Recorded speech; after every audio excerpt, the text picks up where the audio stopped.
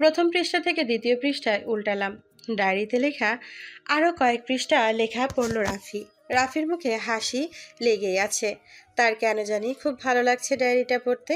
সে আরেকটি পৃষ্ঠায় গেল, সেখানে লেখা জানো, তোমার প্রতি মাঝে মাঝে চাপা অভিমান কাজ করে, কারণ তোমার জন্য আমার প্রতিটা রাত কেঁদে কেঁদে কাটাতে হয়। খুব ভালোবাসি যে তোমায়, কিন্তু তুমি তো আমাকে সহ্যই করতে পারো না। খুব ঘৃণা করো আমায় তুমি। তাই তো লন্ডনে যাবার পরে 5টি বছরে একটিবারও খোঁজ নাও নাই আমার, কিন্তু অন্য সবার সাথে দিব্যি কথা বলতে। খুব কষ্ট হয় আমার, বিশ্বাস করো, খুব কষ্ট হয়। সহ্য করতে পারি না তোমার করা আমার প্রতি অবহেলা। বিশ্বাস করবে কিনা জানি না, তোমার জন্য আমি প্রতিটা মুহূর্তে তীর্থের কাকের মতো অপেক্ষা করেছি। কখন তুমি আসবে? তোমার প্রতি আমার যে টান, আমার যে ভালোবাসা, সেটা কোনোদিনও তিল পরিমাণ কমবে না, এমনকি মৃত্যুর পরও না। তোমাকে ভালোবাসা যে আমার নেশা হয়ে গিয়েছে, এই নেশা যে আমি কখনো কাটাতে পারবো না। তোমার সাথে আমার দূরত্ব, তোমার প্রতি আমার ভালোবাসা একটুও কমে নাই, বরং আরও বেড়েছে। অনেক ভালোবাসি তোমায়। তোমার আমাকে তুই বলে ডাকাটা অনেক মিস করি। কেন জানি না, তোমার সাথে অন্য কোনো মেয়েকে আমার সহ্য হয় না। খুব কষ্ট হয় যখন দেখি তোমার সাথে অন্য একটা মেয়ে ঘেঁষাঘেঁষি করছে। তখন বেঁচে থাকার ইচ্ছেটাই আপনা আপনি মরে যায়। তুমি হয়তো আমাকে ভালোবাসো না, কারণ তুমি আমার থেকে অনেক সুন্দর, শিক্ষিত, ভালো কোনো মেয়েকে ডিজার্ভ করো। হয়তো আমি তোমার যোগ্য না, তাই তো তুমি আমাকে শতবার অপমান করে বুঝিয়ে দাও যে আমি তোমার মতো স্মার্ট ড্যাশিং ছেলের নখেরও যোগ্য নই।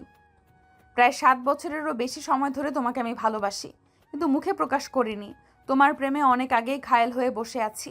এখনো মনে পড়ে ছোটবেলায় যখন তুমি সবার থেকে বেশি আদর আমাকে করতে। সে যত্ন, আমাকে নিয়ে তোমার পাগলামিগুলো, এই সবই তোমাকে আমার ভালো লাগার কারণ। এই ভালো লাগা থেকেই ভালোবাসা। তোমাকে ছাড়া আমি কিছু ভাবতে পারি না। আমার স্বপ্ন ও কল্পনাতে শুধু তুমিই বিরাজমান। 1 সেকেন্ডের জন্য তোমাকে ভুলতে পারি না। 7 বছর ধরে আমায় ও ভালোবাসে। ও মাই গড! সে সময় ভালোবাসা কি, ও কি তা জানতো?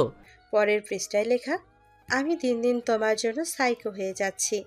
পুরো ডায়েরিটা রাফির পড়া হয়ে গেছে, শুধুমাত্র 3-4টা পৃষ্ঠা বাকি আছে। সেখানে লেখা, এর নিচে লেখা তুমি হয়তো আমাকে চাও না, আমাকে ভালোবাসো না। আমি কোনো দিন তোমাকে জোর করব না এই বিষয়ে। আমি একাই না হয় একতরফা ভালোবেসে যাব। তোমাকে আমায় ভালোবাসতে হবে না। তবে এটা সত্যি যে আমি তোমাকে এত পরিমাণ ভালোবাসি যে তোমাকে অন্য কারো হতে দেখতে পারবো না। আমি যেটা কোনো দিনও সহ্য করতে পারবো না। আর এটাও চাই না যে আমার জন্য কষ্ট হোক তোমার, বা তোমার কাঙ্ক্ষিত ভালোবাসার মানুষকে তুমি হারিয়ে ফেলো। তাই যেদিন দেখবে তুমি অন্য কারোর হয়ে গেছো, সেদিন এই দুনিয়ার সেদিন এই দুনিয়ার মায়া ত্যাগ করে চলে যাব, কথা দিলাম। তোমার জন্য আমি মরতেও পারি, তবে পরকালে আমি আল্লাহর কাছে শুধু তোমাকে আমার জন্য ভিক্ষা চাইব। আমার নামাজের প্রতিটা মোনাজাতে যে শুধু তুমিই আছো। ভালোবাসি রাফি ভাই, খুব করে ভালোবাসি। আমার প্রতিটা নিঃশ্বাস যে শুধু তুমি জড়িয়ে আছো রাফি ভাই। আমার মর আমার মনের গহীনে যে তোমার নাম শুধু খোদাই করা। মরে যাব তোমাকে ছাড়া, বিশ্বাস করো। একটুও বেঁচে থাকতে পারবো না তুমি হিনা। তুমি যে আমার জীবনের সব, আমার জীবনের সাধনা যে শুধু তুমি। সব শেষ একটাই কথা বলবো, আই লাভ ইউ রাফি ভাইয়া, আই লাভ ইউ আ লট। সবটুকু পড়া শেষ করে ডায়েরিটা বন্ধ করে রাফি একটা দীর্ঘশ্বাস নিয়ে যেখানে ডায়েরিটা ছিল সেখানে রেখে দিল। শেষ পৃষ্ঠার লেখাগুলা পড়ে রাফির মাথাটা কেমন জানি ঝিমঝিম করছে। এতটা ভালো যে কেউ কাউকে বাসতে পারে সেটা তার কল্পনাতীত। বিছানা দিয়ে মুখ করে তাকাতেই দেখে সেখানে ঝুমুর শান্ত হয়ে ঘুমিয়ে আছে। কতটা মায়া যে ওর মুখের মধ্যে মিশে আছে, মনে হচ্ছে যে পুরো একটা ঘুম পড়ে। রাফি আস্তে করে গিয়ে ঝুমুরের বিছানার পাশে বসলো। ঝুমুরের এক হাত রাফির বুকে নিয়ে ঠেকালো। এতদিন জানতাম যে ছেলেরা ভালোবাসা নিয়ে পাগলামি করে, কিন্তু এখন তো দেখি তার পুরাই উল্টা। ঝুমুরের দিকে অপলক দৃষ্টিতে তাকিয়ে আছে। ঝুমুরের হাতটা বুকে থেকে তুলে চুমু দিল। আমিও যে তোকে খুব ভালোবাসি, এর আগে সেটা বুঝিনি। এমনই সময় রাফির দাদি রুমে প্রবেশ করে, যেটা রাফি খেয়াল করেনি। রাফি এক ধ্যানে ঝুমুরের দিকে তাকিয়ে ওর হাতটা ধরে বসে আছে। রাফির দাদি সেটা খেয়াল করলেন। সে এসে আলতো করে রাফির কাঁধে হাত রাখলেন। রাফি তো ভয় পেয়ে চমকে পেছনে ঘুরে তাকালো। রাফি তাকাতেই সে একটা মুচকি হাসি দিল। আরে দাদি, তুমি কখন এলে? অবাক হয়ে। আর তার সাথে ঝুমুর হাতটা ছেড়ে দিও। এই তো এইমাত্র আসলাম। তা ঝুমু ঘুমিয়ে পড়েছে? হ্যাঁ দাদি, অনেক আগেই ঘুমিয়ে পড়েছে। ও দাদুভাই, ভালোবাসিস ঝুমুরকে তাই না? দাদির কথা শুনে ঝট করে অবাক হয়ে তার দিকে তাকালাম। কি ব্যাপার দাদি, আমার মনের কথা বুঝলো কেমতে? না মানে আসলে দাদি, হ্যাঁ। মানে মানে করতে হবে না, সত্যিটা বল তো দেখি। রাফি উঠে গিয়ে ওর দাদিকে জড়িয়ে ধরলো। তোমার সাথে তো আমি আমার সবকিছু শেয়ার করি, তাই নয় কি? হ্যাঁ হ্যাঁ, এই তো শেয়ার করার নমুনা। তলে তলে এত দূর এগিয়ে গেছো, আমায় কিছু বললা না? রাগ করে না দাদি, আমার সুইট হার্ট। তুমি রাগলে আমায় কে বুঝবে বলো? তাহলে সত্যি কথাটা বল আমায়, তোর মুখ থেকেই শুনি। হ্যাঁ, আমি ঝুমুরকে ভালোবাসি, এটা সত্যি। বাহ, তা এটা কি ঝুমুর জানে? না, আমি যে ওকে ভালোবাসি সেটাও জানে না, কিন্তু ও যে আমায় ভালোবাসে সে কথা আমি জানি। কি করে? তোকে কি ও বলেছে নাকি? তারপরে রাফি প্রথম থেকে একে একে সবকিছু বলতে শুরু করলো। কেন কিছু বাদ দিল না। আর ওর দাদি সবকিছু মন দিয়ে শুনছে। দাদি জানো, তোমার নাতনি নাকি আমায় দীর্ঘ 7 বছর ধরে ভালোবাসে। ওর বয়সী বা কত, 17-18 হবে। 7 বছর আগে ভালোবাসা কি সেটা কেউ বুঝতো বলো? যাই হোক দাদু ভাই, তুমি কিন্তু আমার দিদা ভাইকে অনেক কষ্ট দিয়েছো, সেটা কিন্তু একদম ঠিক নয়। দাদি মানছি আমি ওর সাথে ভুল করেছি, জানি না ও মাফ করবে কিনা, তাই বলে তুমি আমাকে ভুল বোঝো না। তুমি তো সবকিছু শুনলে, বলো। তা যাই হোক না কেন, আমার দিদা ভাইকে তুই নিজ দায়িত্বে সুস্থ করে তুলবি, আবার আমার দিদার মুখে হাসি ফুটিয়ে তুলবি। আর হ্যাঁ, এবার কিন্তু তোর মনের কথাটা ওকে বলে দিস। ওসব তুমি চিন্তা করো না দাদি, ওসব আমি দেখে নিব। আর হ্যাঁ, খুব শীঘ্রই ওকে আমার মনের কথা বলবো। আচ্ছা দাদি, একটা কথা বলো তো, আব্বু, দাদু, মেজো চাচ্চু, বাকি সবাই কি আমাদের সম্পর্কটা মেনে নিবে? কেন মেনে নিবে না? না মানে ঝুমুর আর আমি তো চাচাতো ভাই বোন, তাই না? আসলে মানে আমি বোঝাতে চাচ্ছিলাম আর কি। তুই কি বোঝাতে চেয়েছিস আমি তা বুঝতে পারছি। আচ্ছা দেখ, আমি আর তোর দাদু কিন্তু আপন খালাতো ভাই বোন, তাই বলে কি আমাদের বিয়ে হয়নি? তাও আবার তোর দাদু আমায় পছন্দ করে বিয়ে করেছে, তাহলে তোদের সম্পর্ক কেন মেনে নিবে না? এরকম রিলেশন তো প্রায় হয়ে থাকে। তুমি এত শিওর হয়ে কি করে বলছো বলো তো? কারণ তোরা ঝুমুরের বিয়ে আগে থেকেই পাকা করে রাখা হয়েছে। হ্যাঁ, কি বলো? হ্যাঁ দাদু ভাই, তুই তো জানিস মিলির জন্য অনেক ভালো একটা সম্বন্ধ এসেছে। তো সে তো যেদিন মিলির এঙ্গেজমেন্ট হবে সেদিন ঝুমুরের সাথে তোর আকদ করে দেওয়া হবে। এসব, ও মাই গড, দাদি এত বড় একটা খবর তুমি আমাকে আগে কেন বলনি? হয়েছে, এখন এত উত্তেজিত হোস না, আগে ঝুমুরকে তুই সুস্থ করে তুল দাদু ভাই। আর হ্যাঁ, দুপুর গড়িয়ে বিকেল হয়ে গেছে, তুই এখনো খাস নাই, তাড়াতাড়ি নিচে যা, গিয়ে খেয়ে আয়। দাদি, যে খুশির খবরটা তুমি দিয়েছো তাতে আমার পেট ভরে গেছে। ফাইনালি ঝুমু আমার হবে। আই এম সো হ্যাপি দাদি। হয়েছে হয়েছে, এখন তুই নিচে যা আর নীলাকে একটু বল এখানে আসতে। যা যা। রাফি ঝুমুরের দিকে এক নজর তাকিয়ে নিচে চলে গেল। নিচে গিয়ে নীলাকে পাঠিয়ে দিল ঝুমুরের রুমে। আর রাফি খাওয়া দাওয়া শেষ করে রুমে গিয়ে রেডি হয়ে অফিসের উদ্দেশ্যে বের হয়ে গেল। খুব নামি দামি একটা কোম্পানি ওদের। ওই কোম্পানির মালিক রাফির দাদা আশরাফ চৌধুরী। অনেক পরিশ্রমের পরে কোম্পানিটা আজ এই পর্যায়ে এসেছে। এখন রাফির বাবা সহ ওর বাকি চাচারা আর তুষার সব দেখাশোনা করছে। আর আজকে থেকে রাফিও এই কোম্পানিতে সিইও পদে জয়েন করবে। গতকাল ঝুমুরের জন্য অফিসে যেতে পারেনি রাফি, এমনকি আজকে সকালেও তাই বিকেলবেলা গেল রাফি। আজ পুরাই ফলমার টাইপের হয়ে অফিসে গেছে। সাদা শার্টের সাথে কালো কোট আর সাদা প্যান্ট, চুলগুলা জেল দিয়ে একদিকে সেট করা, একদম অফিসের গেট আপ। তখনই ঈশান কল দিল। একদিকে গাড়ি ড্রাইভ নিজে করছে, অন্যদিকে ঈশানের সাথে কথা বলছে। ওর সাথে কথা বলতে বলতে অফিসে পৌঁছে গেল। তারপর গাড়িটা ঠিক জায়গায় পার্ক করে গাড়ি থেকে বের হয়ে দরজা লক করে দিল। রাফির আসার অপেক্ষায় এতক্ষণ বাহিরে দাঁড়িয়েছিলেন অফিসের ম্যানেজার আর অফিসের কিছু স্টাফ। রাফি তাদের কাছে যেতেই তারা ওর সাথে হ্যান্ডশেক করে অভ্যর্থনা জানিয়ে ভেতরে নিয়ে গেল। ভেতরে অফিসের বাকি সব স্টাফরা রাফিকে ফুল দিয়ে স্বাগত জানালো। আর রাফি সবার সাথে পরিচিত হয়ে নিল। অফিসের ম্যানেজার সবাইকে জানিয়ে দিল যে রাফি চৌধুরী আজ থেকে এই অফিসের সিইও হয়ে জয়েন করেছেন। অফিসের বেশিরভাগ মেয়েরাই রাফিকে দেখে ফিদা, কিন্তু রাফির ওদিকে কোনো ভ্রুক্ষেপ নাই, কারণ তার পুরো হৃদয় জুড়ে যে আছে শুধু ঝুমু। ম্যানেজার রাফিকে ওর ক্যাবিনে নিয়ে গেল। রাফির রুমটা খুব সুন্দর করে গোছানো আর পরিষ্কার করা। ওদের অফিসের 10 তলা থেকে শহরের অনেক দূর অবধি দেখা যায়। রাফির রুমও 10 তলার এক খোলা সাইডে। তুষারের কেবিন রাফির কেবিনের পাশে। তুষার এই অফিসের একজন এমডি। আজকে তুষার অফিসে আসে নাই, শুধু রাফি এসেছে। সে আগে থেকেই তুষারের কাছ থেকে সিইও এর কাজ সম্পর্কে ধারণা নিয়ে রেখেছে, আর রাফিরও কিছু অভিজ্ঞতা আছে এই বিষয়ে, তাই ওকে আর ভিন্ন করে বুঝিয়ে দিতে হলো না। রাফি ওর কেবিনটা ঘুরে ঘুরে দেখে ম্যানেজারের দিকে ঘুরে তাকালো। খুব সুন্দর cabin, I like it. Manager একটা যুবক টাইপের ছেলেকে নিয়ে আসলো। ম্যানেজার রিজুকে রাফির সাথে পরিচয় করিয়ে দিয়ে চলে গেল। রিজু ছেলেটা অনেক ভালো, আর তার সাথে কাজেও অনেক ন্যায়পরায়ণ, অনেক এক্সপেরিয়েন্স আছে, খুবই ভদ্র। রিসেন্টলি যে ডিলটা হয়েছে সে সবগুলো রাফি খুব সুন্দর করে বুঝিয়ে বলল। ফাইলগুলা এগিয়ে দিল। রাফি ভাগে যে ডিলগুলা পড়েছে সেগুলো নিয়ে আলোচনা করলো। তারপরে রাফির অধীনে যারা কাজ করবে তাদের সাথে রিজু রাফির পরিচয় করিয়ে দিল। অফিসের নতুন সিইও হিসেবে সবার সাথে পরিচয় পর্ব শেষ করে রাফি তাদের সাথে কাজ করতে হলে যে যে রুলসগুলো মেনে কাজ করতে হবে সেই সম্পর্কে সবাইকে অবগত করলো। আজ প্রথম দিন, তাই রিজুর সাথে আর কিছুক্ষণ আলাপ করে অফিসটা দেখে সবার দিকে বাসার দিকে রওনা দিল রাফি। অপরদিকে ঝুমুরের ঘুম ভেঙেছে। পানি পিপাসার জন্য চোখ পিটপিট করে সে চারদিকে তাকালো। ঝুমুর দেখলো তার পাশে নীলা শুয়ে উল্টো দিকে ঘুরে ফোন টিপতেছে। ঝুমুর আস্তে করে উঠে বিছানায় বসলো। পাশে নীলা শব্দ পেয়ে ঝুমুরের দিকে তাকালো আর ব্যস্ত হয়ে বলল, ঝুমুর, কিছু কি লাগবে তোর? আসলে গলাটা শুকিয়ে গেছে, পানি খাবো। পাশের টেবিল থেকে পানি এনে নীলা ঝুমুরের কাছে দিল। এই নে ধর। থ্যাঙ্কস। দুর্বলতা কি একটু কমেছে ঝুমুর?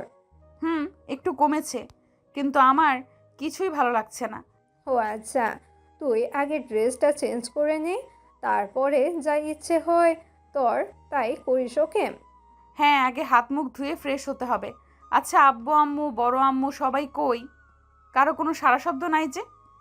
ফ্যাক্টরিতে কি জানি একটা সমস্যা হয়েছে, তাই তারা 5 ভাই সেখানে গেছে। মেজো চাচু তো যেতে চেয়েছিলেন না, পরে আমি আর ভাইয়া বলেছি টেনশন না করতে, আমরা আছি তো, এই বুঝিয়ে পাঠিয়েছি। আম্মু আর মেজো আম্মু তোর প্রিয় খাবার বানাতে ব্যস্ত, আর রাফি ভাইয়া অফিসে গেছে। বাকি কে কোথায় আছে তা আমি জানি না। আমি শুধু জিজ্ঞেস করেছি আব্বু আম্মু আর বড় আম্মুর কথা। তুই পুরো 14 গোষ্ঠীর খবর দিলি। আসলেই তুই একটা মাথা মোটা বলদ। আমি মাথা মোটা বলদ হলে তুই আমার প্রেয়ারি বোন বলদি জাম্বুরা? হোয়াট ডু ইউ মিন বলদি জাম্বুরা? কিছু না, তুই চল আগে ফ্রেশ হয়ে ড্রেস চেঞ্জ করবি। তারপরে ঝুমুরকে ধরে ওয়াশরুমে নিয়ে গেলাম। আমি মাথা মোটা বলদ হলে তুই আমার পেয়ারি বোন বলদি জাম্বুরা? হোয়াট ডু ইউ মিন বলদি জাম্বুরা? কিছু না, তুই চল আগে ফ্রেশ হয়ে ড্রেস চেঞ্জ করবি। তারপর ঝুমুরকে ধরে ওয়াশরুমে নিয়ে গেলাম। ঝুমুর শোন, একদম ওয়াশরুমের দরজা লক করবি না, আর কাপড় রুমে এসে চেঞ্জ করবি, আর ঠান্ডা পানি লাগানো একদম নিষেধ, সো মাইন্ডেড। আচ্ছা ম্যাম। আহ, কিছু লাগলে আমাকে ডাক দিস, আমি তোর রুমেই আছি। ওকে। তারপরে ঝুমু হাত মুখ ধুয়ে ফ্রেশ হয়ে এসে রুমের ড্রেস চেঞ্জ করে নিল। ওর শরীরে একটু দুর্বল লাগছে, আর সাথে মাথাও ঘুরছে, তবুও এক জায়গায় থাকতে খুবই বিরক্ত লাগছে ঝুমুরের। তাই নীলা ঝুমুরকে নিয়ে ওর বারান্দায় গেল। ঝুমুর আস্তে করে বারান্দায় রেলিং ধরে দাঁড়ালো। বাহিরে হালকা বাতাস বইছে। ঝুমুর চোখ বন্ধ করে বাতাস অনুভব করছে। অনেকটা হালকা লাগতেছে ওর। আর নীলা তো ওর কানের পাশে বসে ঘ্যান ঘ্যান করতেই আছে। কলেজে কি হলো না হলো ইত্যাদি ইত্যাদি বলছে, আর ঝুমুর শুধু প্রতি উত্তরে না হ্যাঁ বলছে। হঠাৎ ঝুমুর নীলাকে একটা প্রশ্ন করলো। নীলা, একটা কথা বলতে পারিস? ভালোবাসা এত কষ্ট কেন? ঝুমুর এমন প্রশ্ন শুনে নীলা থতমত খেয়ে গেল। কি বলবে ও বুঝতেছে না। ঝুমু আবারও জিজ্ঞেস করলো, কাউকে মন থেকে ভালোবাসা কি পাপ বা অপরাধ? কোনটা? এমন প্রশ্নের উত্তর যে আমার কাছে নেই বই। আমি যে কখনো রিলেশনে করি নাই। হবে হয়তোবা। তখনই নীলার ফোন বেজে উঠল। এই রে, বৃষ্টি কল দিয়েছে। বৃষ্টি ওর কলেজ ফ্রেন্ড, নিশ্চয়ই কলেজের ব্যাপারে কথা বলবে। নীলা ফোনটা রিসিভ করে বারান্দার উপর পাশে চলে গেল। আর ঝুমুর আগের মতোই বারান্দার রেলিং ধরে চোখ বুজে দাঁড়িয়ে আছে। হঠাৎ এক দমকা হাওয়া আসায় ঝুমুরের চুলগুলো উড়ে মুখে আছড়ে পড়ল।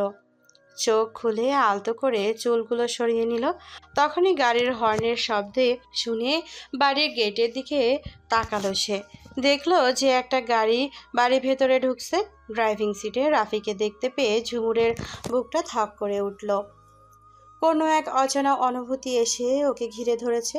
বারান্দার কোণে পিলারের সাথে হেলান দিয়ে এক দৃষ্টিতে তাকিয়ে আছে ঝুমু রাফির দিকে।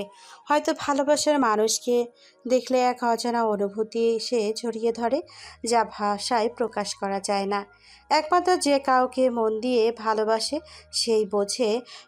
এদিক রাফি গিয়ে গাড়ি নিয়ে পার্ক করে দরজা নক করে বড় লেন ধরে আস্তে আস্তে হাঁটতেছে। হাঁটার মাঝে ব্লুটুথটা কান থেকে খুলে পকেটে রেখে দিল। হঠাৎ করে নীলাশ ফোন দিল। রাফি ফোনটা পকেট থেকে বের করে কলটা রিসিভ করে কানে ধরল। হেই ব্রো, কি অবস্থা? আমার আবার অবস্থা, এইমাত্র অফিস থেকে বাসায় ফিরলাম। তোর কি অবস্থা? টেবিল চেয়ার রাখাও জায়গায় গিয়ে একটা চেয়ার টেনে সেখানে বসলাম। বাসায় আছি এখনো, খুব টায়ার্ড লাগছে খুব। কেন ভাই, কার বাড়িতে চুরি করতে গেছিলি? দূর হারামি, বাবার সম্পূর্ণ ব্যবসাটা সামলানোর ছাড়তে হয়নি কথা। কিছুদিন যাক, তখন তুই আমার মতো বলবি। ও আচ্ছা, তখন কারটা তখন দেখা যাবে। যাই হোক, ঝুমুরের কি খবর? কেমন আছে ও? আলহামদুলিল্লাহ, এখন একটু সুস্থ আছে। হঠাৎ করে রাফির দোতলায় ঝুমুরের বেলকনিতে চোখ গেল। আর সেখানেই ওর চোখ আটকে গেল। এলোমেলোভাবে মেয়েটাকে এত সুন্দর লাগবে সেটা আজ প্রথম দেখলো রাফি। ঝুমুর আজকে কোনো সালোয়ার কামিজ পরে নাই, সাদা কাপড়ে ঢিলাঢালা হাঁটু পর্যন্ত একটা গাউন পরেছে সে। আর একটা লেহেঙ্গা পরেছে। হালকা বাতাসে ঝুমুরের চুলগুলো উড়ছে। রাফি তো এক দৃষ্টিতে তাকিয়েই আছে। অপোজিটে ঝুমুর ও রাফির দিকে লাগামহীনভাবে তাকিয়ে আছে। রাফি ঝুমুরকে দেখতে এতটাই ব্যস্ত যে ওপাশে নীলাশ যে এত চিল্লাই হ্যালো হ্যালো করতেছে তা ওর কর্ণপাত অব্দি পৌঁছাচ্ছে না। অপরদিকে ঝুমুর রাফির দিকে আরও কিছুক্ষণ ওভাবে তাকিয়ে থেকে নিজেকে অপর দিকে ফিরিয়ে নিল। মনে মনে ভাবতে লাগলো, কি লাভ তোমার মায়াতে নিজেকে জড়িয়ে? সেই তুমিই তো আমার নও। কিন্তু এই বেহায়া মনকে তো আর বোঝাতে পারি না। কেন যেন এই বেপরোয়া মন বলে যে তুমি শুধুমাত্র আমার, একদিন না একদিন তুমি আমার হবেই, কিন্তু সেটা আর সম্ভব নয়। তারপরে নীলা এসে ঝুমুরকে আস্তে করে রুমে নিয়ে গেল। ঝুমুরকে নিয়ে যাওয়ার পরে রাফির ধ্যান ভাঙে আর ও নীলাশের সাথে কথা বলে বাড়ির ভেতরে ঢুকে চলে গেল। এভাবে এক সপ্তাহ কেটে যায়। এখন ঝুমুর বলতে গেলে পুরাই সুস্থ, শুধুমাত্র রাফির প্রপার কেয়ারের জন্য। এই এক সপ্তাহে রাফি ঝুমুরকে একদম চোখে চোখে রেখেছে। এমনকি অফিসে শুধুমাত্র 3 ঘন্টা সময় দিয়ে আর বাকিটা সময় ঝুমুরের পাশেই থেকছে। প্রতিদিন 3 বেলা নিজের হাতে ঝুমুরকে খাওয়ানোর সাথে ওষুধ খাওয়ানো। ঝুমুরের ফেভারিট চকলেট নিয়ে আসা, অফিস থেকে ফিরে আসার সময় আর ঝুমুর ঘুমিয়ে গেলে ওর 2 গালে 2টা চুমু দেওয়া যেন ওর অভ্যাসে পরিণত হয়ে গেছে। যদিও তা ঝুমুরের অজান্তে। পরিবারের বড়টা তো অনেক খুশি যে রাফি ঝুমুরের এতটা কেয়ার করে, চোখে চোখে রাখে, এত ভালোবাসে এটা দেখে। আর অন্যদিকে ঝুমুর ভাবে যে এসব রাফি সবার চাপে পড়ে করছে। রাফির সাথেও প্রয়োজন ছাড়া বাকি একটা কথাও বলে না। কিন্তু ঝুমুরের এই 2 চোখ সবসময় শুধু রাফিকে খুঁজে। মনের মাঝে একটা সুপ্ত কল্পনা যে রাফি একদিন ওর হবেই। আজ মিলিকে পাত্রপক্ষ দেখতে আসবে আর সাথে বিয়ের দিনও ফাইনাল করবে। তাদের অনেক দিনের ইচ্ছে মিলিকে তাদের ঘরের বউ বানাবে। জনাব আহমেদ চৌধুরী বন্ধুর ছেলে আজকে মিলিকে দেখতে আসবে। তার সাথে তার বন্ধুর অনেক দিনের থেকেই কথা যে জনাব আহমেদ চৌধুরী বড় মেয়েকে তাদের ছেলের রাজের বউ করে নিবে। আর তাদের পরিবারের সাথে রাফিদের পরিবারের অনেক ভালো একটা সম্পর্ক আছে। রাজ কানাডা থেকে পড়াশোনা শেষ করে দেশে ফিরেছে, কয়েক মাস হয়েছে। এখন বাবার ব্যবসা দেখাশোনা করছে। রাজরা পুরো পরিবার সহ এসেছে রাফিদের বাসায়। নানা রকমের খাবার দাবারের আয়োজন করা হয়েছে। শুধু রাজের পরিবার নয়, সাথে নীলাশের পুরো পরিবারও এখানে উপস্থিত। পুরো ড্রয়িং রুমে ভর্তি মেহমান, গল্প গুজব করার আড্ডার আমেজ সেখানে। রাফিরাও সবাই সেই আড্ডায় মেতে উঠেছে। সবাই জানে যে মিলিকে আজকে দেখতে আসবে, কিন্তু নীলাকে যে আজকে নীলাশের পরিবারও দেখতে আসবে সেটা পরিবারের বড়রা ছাড়া আর কেউ জানে না। আর নীলাশ নীলাকে অনেক আগে থেকেই পছন্দ করে। সে তার পরিবারকে এই কথা বলে, আর ওর পরিবার আজকে এসেছে বিয়ের দিন তারিখ পাকা করতে। রাফি আর নীলাশ ওদের বাকি ফ্রেন্ডদের আনার জন্য বের হয়ে গেছে একটু আগে। ঝুমুর আর নীলা মিলিয়ে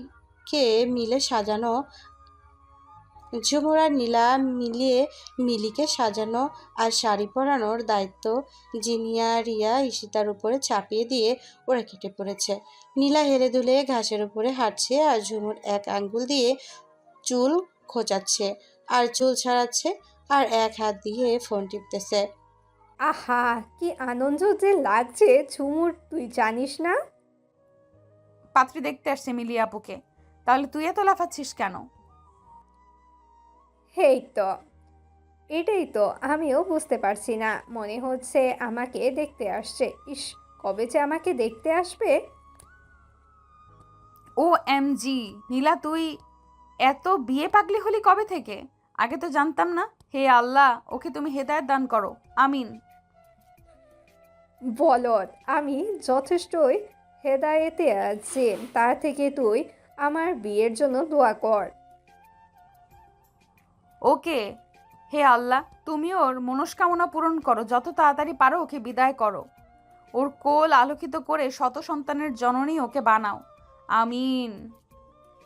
খাবিস কোথাকার, এটা দোয়া নয়, বদদোয়া করেছিস। তুই তো বললি দোয়া করতে, তাই তো আমি একটু পাঁচফোড়ন দিয়ে দিলাম দোয়ার সাথে। তোকে তো আমি। সম্পূর্ণ কথাটা শেষ করতে পারল না গাড়ির হর্নের শব্দে। ওরা গেটের দিকে তাকিয়ে দেখলো দুইটা গাড়ি রেসিং করে মতো পাল্লা দিয়ে বাড়ির ভেতরে ঢুকছে। গাড়ি দুইটি একদম ঝুমু আর নীলার সামনে এসে দাঁড়ালো। গাড়ি থেকে রাফি, নীলাশ সহ ওদের বাকি বন্ধুরা বের হলো। এমন সময় জিনিয়া ও ঈশিতা এসে ঝুমুরের নীলার কাছে দাঁড়ালো। রাফি আর নীলাশ এসে ওদের সামনে দাঁড়ালো। পেছনে ওদের বন্ধু তুহিন, ইয়াদ, লারা, ঈশান। হেই গার্লস, তোমরা এখানে কি করছো? নীলা এবার নীলাশাকে মাথা থেকে পা পর্যন্ত দেখে নিল। সেটা আপনার জেনে কোনো লাভ নেই। ওরা কথা থেকে বলছে, আর এদিকে রাফি ঝুমুরকে দেখে ওই জায়গায় থমকে গেছে। সেটা আপনার জেনে কোনো লাভ নেই। নীলা একবার নীলাশাকে মাথা থেকে পা পর্যন্ত দেখে নিল। ওরা কথা বলছে, আর এদিকে রাফি ঝুমুরকে দেখে ওই জায়গায় থমকে গেছে। আজকে ঝুমুর রাফির কাছে অনেক সুন্দর লাগছে। চকলেট কালারের লং রাউন্ড ড্রেস, ফুল হাতা দিয়ে চুল ছেড়ে দিয়ে মাথাটা সাদা স্টোন বসানো, চিকন চেইনের মতো টায়রা দিয়ে পেঁচানো, চোখে গাঢ় কাজল দেয়া আর ঠোঁটে হালকা লিপস্টিক। ব্যাস, এতেই পারফেক্ট রাফিকে পাগল করার জন্য। রাফি তো একধানে ঝুমুর দিকেই তাকিয়ে আছে। অন্যদিকে ঝুমুর রাফির দিকে একবার তাকিয়ে আবার চোখ সরিয়ে নিল, কারণ ও রাফির চোখের দিকে তাকালেই ও চোখের গভীরে হারিয়ে যায়। আজ রাফি একটা ট্রাউজার আর একটা সাদা টি শার্ট পরেছে, চুলগুলো একদিকে জেল দিয়ে সেট করা। ওদিকে নীলা আর নীলাশ তর্ক নিয়ে বিজি। হেই গার্লস, তোমরা এখানে কি করছো? তোমরা বোঝো কম, চিল্লাও বেশি। কোনো কাজ আর না, তোমরা শুধু ঝগড়াই করতে পারো। আর দেখো, আমরা ছেলেরা কত কিছু করতে পারি, কিন্তু তোমরা কি পারো বলো? অলসের ঢেকি। ওই হ্যালো মিস্টার, আলসে ঢেকে কাকে বলছেন? হ্যাঁ, আমাদেরকে? আমি আর ঝুমুর যা যা করতে পারি তা শুনলে আপনার চোখ চরকাশ হয়ে যাবে।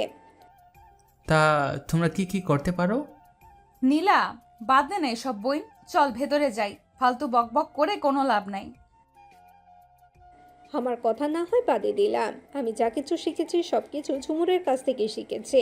ঝুমুর বাইক সাইকেল চালাতে পারে, ও বাইক সাইকেল রেসিংয়ে অংশগ্রহণ করে এ পর্যন্ত 3টা ট্রফি জিতেছে। কার ড্রাইভিং করতে পারে, কম্পিউটার অপারেটিং করতে পারে, গ্রাফিক ডিজাইন পারে। আগে স্কুলের টপ ব্যাডমিন্টন খেলোয়াড় ছিল, এখন কলেজের সেরা সিঙ্গার আমাদের ঝুমুর। কলেজে যদি কোনো ফাংশনের আয়োজন করা হয় সবার আগে প্রিন্সিপাল স্যার ঝুমুরকে ডাক দেয়। আর রান্নার কথা না হয় বাদই দিলাম, ওর হাতের বিরিয়ানি জাস্ট ওয়াও, আমি ওর থেকে শিখেছি। সবাই যেন নীলার কথাগুলো শুধু গিলছে, এতটাই অবাক হচ্ছে যে মুখে কোনো কথা বের হচ্ছে না। অবশেষে ইয়াদ নীরবতা ভেঙে বলল, না নীলা, তুমি বলো। যা বলেছিস, আমি তো পুরোই শকে আছি। ঝুমুরকে দেখতে তো বোঝাই যায় না ও এত কিছু পারে। সত্যি ঝুমুর, তুমি সবাইকে ছাড়িয়ে গিয়েছো। বাহ!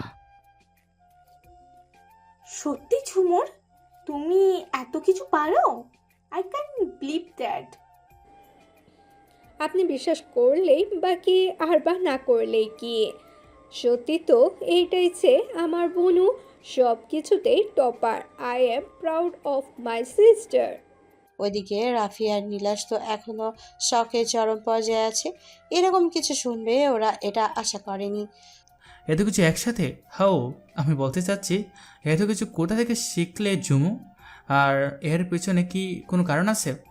আসলে কেউ একজন বলেছিল যে আমার দ্বারা কোনো ভালো কাজ হবে না, আমি কোনো কাজের যোগ্য নই, আমার দ্বারা শুধুমাত্র নাকি অকাজই হবে। সেই কথাই আছে না, ইচ্ছে থাকলেই উপায় হয়, তাই আমিও দেখিয়ে দিলাম। ঝুমুর ওর দিকে তাকিয়ে কথাগুলো বলার পর কাশি উঠে গেল। নীলাশ ওর পাশেই ছিল, তাই রাফির মাথায় আর পিঠে চাপড় দিতে লাগলো। তোর আবার কি হলো? Rafi, are you okay? আমি ঠিক আছি। রাফি এমন কাণ্ড দেখে ওদিকে ঝুমুরের পেট ফেটে হাসি আসছে। বেচারাকে বড় রকমের জব্দ করতে পেরেছে। এই রে, আমি তো একদম ভুলে গিয়েছিলাম যে বড় আম্মু তোমাদের সে কখন ডেকেছে, আর তোমরা কি না এখনো এখানে দাঁড়িয়ে আছো? আচ্ছা তোরা যা, আমরা আসতেছি। যাবার সময় নীলাশ এর কাছে এসে কানের কাছে মুখ এনে, হেইছে আইটেম প্রাইসেস, ভাইয়ার ফ্রেন্ড। আমিও কিন্তু ঝুমুরের মতন অনেক কিছুই পারি। ঝুমুর ব্যাডমিন্টন চ্যাম্পিয়ন আর আমি বাস্কেটবল চ্যাম্পিয়ন। সো আমাকে নিয়ে উপহাস করবেন না। বেশি দেরি করলে একদম বাস্কেটবলের মতন তুলে আছাড় মারবো, মাইন্ডে। কথা বলে নীলা চলে গেল অন্যদের সাথে। আর নীলাশ বেচারা অসহায়ভাবে তাকিয়ে আছে নীলা যাওয়ার দিকে আর মনে মনে ভাবছে, মাইরালা হাল্লাগো, খাল কেটে কবির আনতেছি না তো?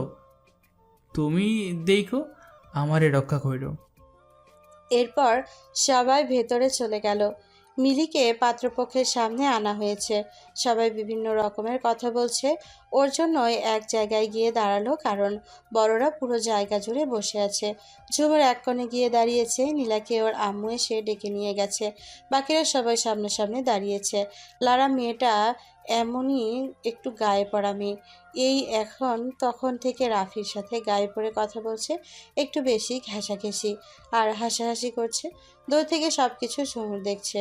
ওর বুক ফেটে কান্না আসছে। এই সব দেখে কিন্তু কান্না করতে পারছে না। তবুও ঝুমুরের চোখ বেয়ে 2 ফোঁটা পানি গড়িয়ে পড়ল। সেটা ঝুমুর 2 হাত দিয়ে মুছে নিল। ওর একটুও খেয়াল নেই যে রাফি ওর পেছনে দাঁড়িয়ে আছে। আসলে রাফি সেখান থেকে খেয়াল করছিল যে ঝুমুর মন ভার করে দাঁড়িয়ে আছে। ও সেখানে আর না থেকে ঝুমুরের পেছনে এসে দাঁড়ালো। আর এসে দেখলো সে ঝুমুরের চোখ মুছছে হাত দিয়ে। কোনো কিছু না বলে ঝুমুরের কোমরে 2 হাত দিয়ে ঝটকা টেনে নিয়ে নিজের সাথে মিশিয়ে নিল। ঝুমুরের পিঠ রাফির বুকে গিয়ে লাগলো। রাফি একদম শক্ত করে জড়িয়ে ধরলো পেছন থেকে ঝুমুরকে। ঝুমুর তো এমন কাণ্ডে অনেক ভয় পেয়ে গেল। সে চিৎকার করে গেল। রাফি ওর হাতের আঙ্গুল দিয়ে ঝুমুরের ঠোঁটে স্লাইড করে বলল, হুশ, চিৎকার করিস না। আমি ছাড়ো, কি করছো? কেউ দেখে ফেলবে তো। চুপ, একদম চুপ, কোনো কথা না। কেউ কি দেখবে আবার? Just keep your mouth shut up, stupid girl. তোমার মুখ বন্ধ করে রাখো, শুধু দুষ্টু বালিকা। ধমকে কাজ হয়েছে। ঝুমু একদম চুপ, এমনকি মোচামুচিও করছে না।